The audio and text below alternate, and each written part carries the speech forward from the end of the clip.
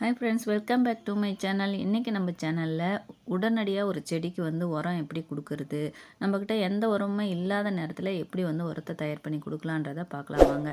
இந்த அவரை செடி பாருங்கள், இப்போ பூக்கள் வர ஆரம்பிச்சிருக்கு. இது ஒரு 45 நாள் செடிங்க. 40 நாளில் பூக்கள் வர ஆரம்பிச்சிரும்.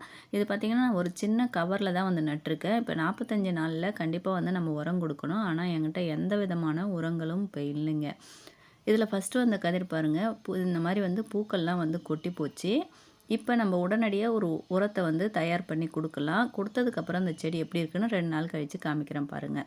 இது பார்த்திங்கன்னா நான் வீட்டில் காய்கறி அரிஞ்ச கழிவுங்க. இது ஒரு நாள் அரிஞ்சது தான். இதை நான் 2 நாளாக தண்ணியில் போட்டு வச்சுருக்கேன். 2 நாள் கழித்து இதை நம்ம வடிகட்டி அந்த செடிக்கு கொடுக்கலாங்க. என்கிட்ட கொஞ்சமான காய்கறி கழிவு தாங்க இருந்தது. இதில் ஒரு 1/2 லிட்டர் அளவுக்கு தண்ணி கிடச்சிருக்கு பாருங்கள். நம்ம இது ஒரு செடிக்கு இதுவே போதுமானதாக இருக்குங்க. இது கொடுத்ததுக்கப்புறம் 2 நாள் கழித்து இந்த செடி எப்படி இருக்குதுன்றதை காமிக்கிறேன், அதையும் பாருங்கள். இப்போ இந்த கதிர்னால் எப்படி இருக்குதுன்னு பார்த்துக்குங்க.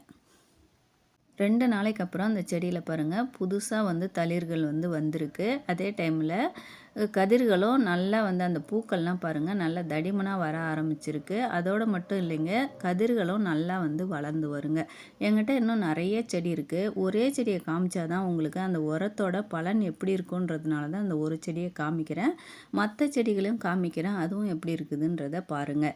இப்போ நான் மறுபடியும் தண்ணியில் போட்டு ஊற வச்சுருக்கேன். இது பாருங்கள், நான் பீட்ரூட்லாம் அரிஞ்சதுனால இது கொஞ்சம் கலராக இருக்குது. இப்போ 2 நாளைக்கு கழித்து மறுபடியும் ஒரு உரம் நான் கொடுக்குறேங்க.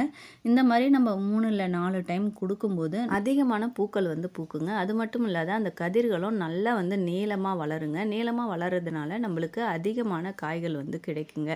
இப்போ இந்த செடி பாருங்கள் எந்த அளவுக்கு வளமாக அந்த கதிர்கள் நீளமாக வந்திருக்குன்னு பாருங்கள். ஓகே ஃப்ரெண்ட்ஸ், இந்த வீடியோ உங்களுக்கு பிடிச்சிருந்தா ஒரு லைக் பண்ணுங்கள், மற்றவங்களுக்கு ஷேர் பண்ணுங்கள்.